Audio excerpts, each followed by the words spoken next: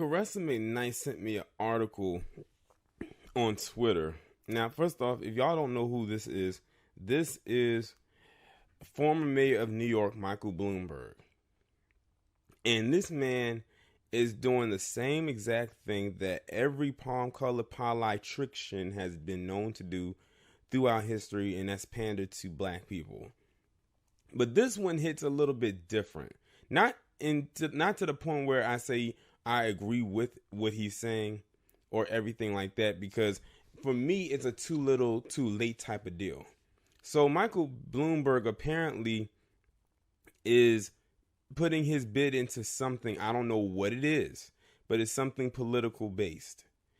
So basically what happened is Michael Bloomberg went to a black church, and he got up there and he started to talk. And in the midst of him talking, and he's reflecting on his days as mayor, as the mayor of New York. He talks about the stop and frisk law that he helped implement all those years ago, that of course was carried over with former mayor Rudy Giuliani. That was one of the things that he did, and I'm talking about Bloomberg, before he ended up leaving office back in the 90s. A law that ruined so many black men, for the most part, and a sprinkle of Hispanic men as well, back in the 90s in urban areas throughout New York City. He got up there and decided he was going to apologize for what he did, and he's doing this on the cusp of him running for a political position. I would not accept that goddamn apology, because I would see right through what it is he's trying to do. He's doing this to get votes, and he's doing it to get sympathy from the people. He is not slick by any means. Like I said, he's doing what a lot of politicians, the palm-colored kind at least, have been known to do when it comes to black folks, when they know they have done something wrong towards us forever. I would not accept his apology. I hope the people that was listening don't accept his apology. That damn stop and frisk law increased the New York City's population, prison population, by a lot throughout the 90s. Or put records on black men in particular. It ruined a lot of lives.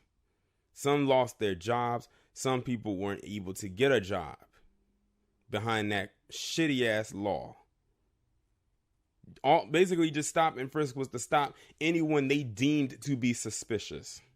They could have been going about and minding their own business and going about their day, but they had to stop someone because they looked like they were engaged in some criminal activity. If they want to talk about people that's engaged in criminal activity, Michael Bloomberg, why don't you look at the people that was in the police department that was under your rulership?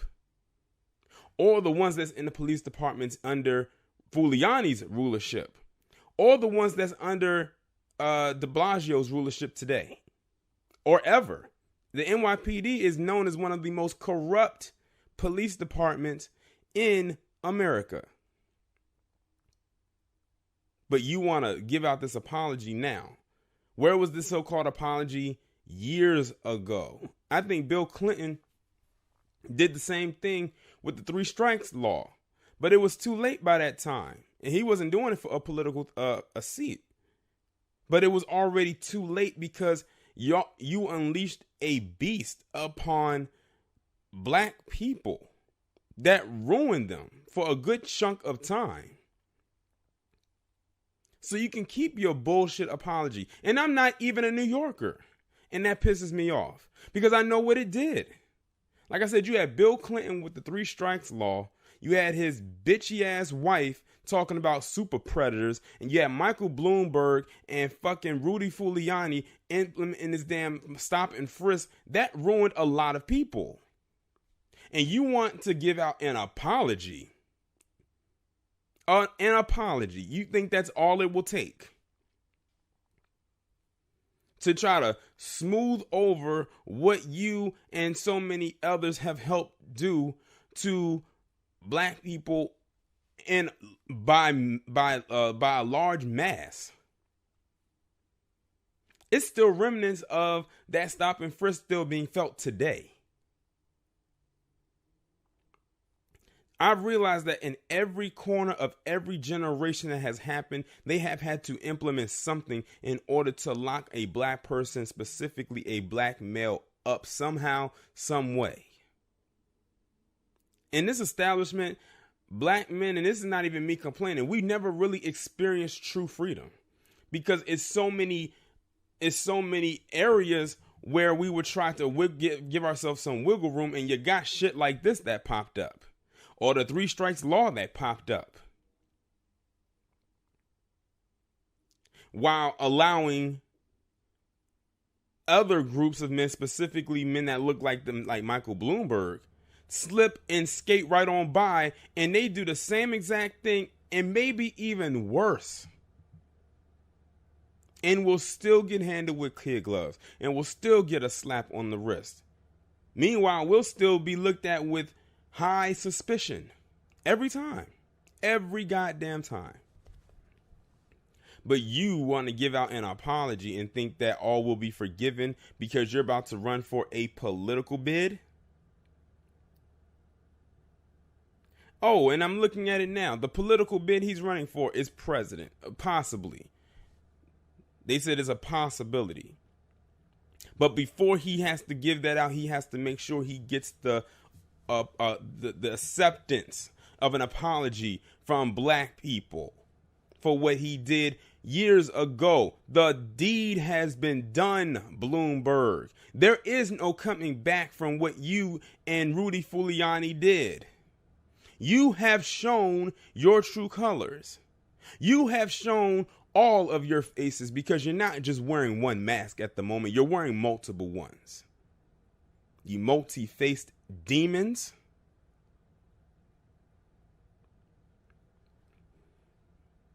And you want an apology. Fuck you and your apology. You can take your raggedy ass apology and throw it right down that dirty, filthy ass sewer with them big ass possum sized rats that's floating all up and through down the goddamn New York transit system.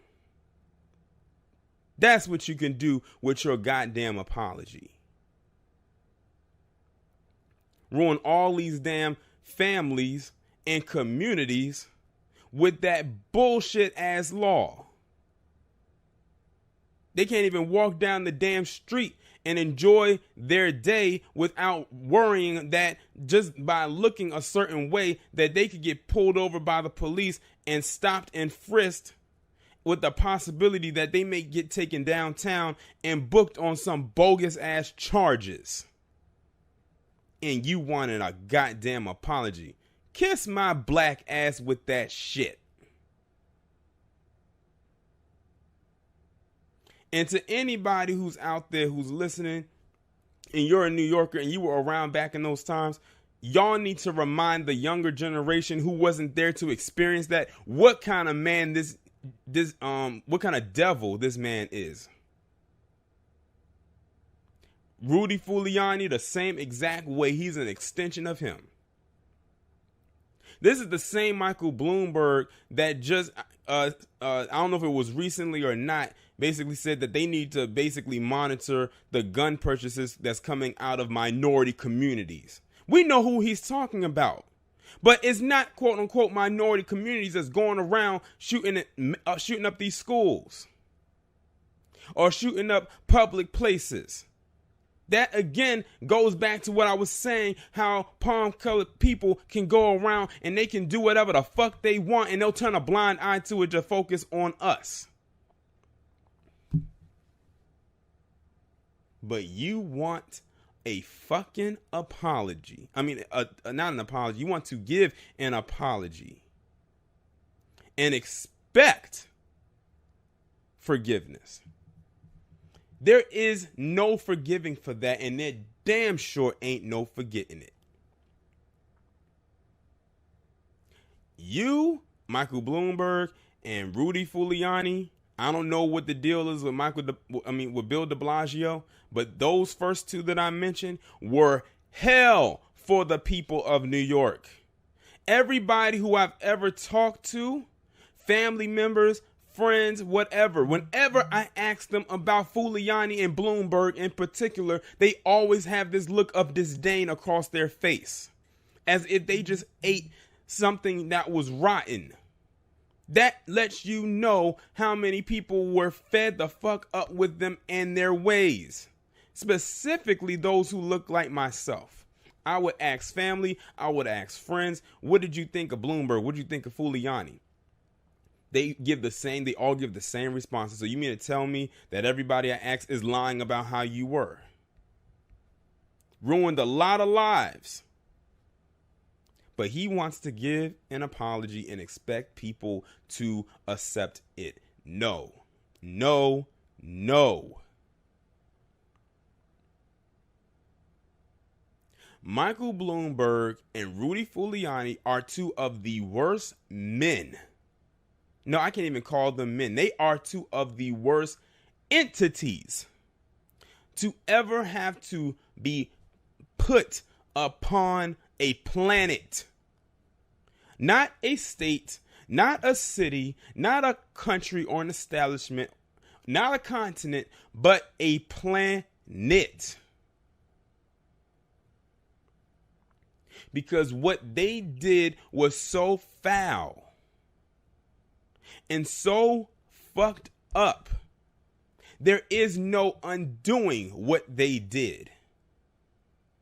Like I said, people are still feeling the effects of what they did with stop and frisk back in the 90s. We are in 2019. As far as I am concerned, Michael Bloomberg is a criminal.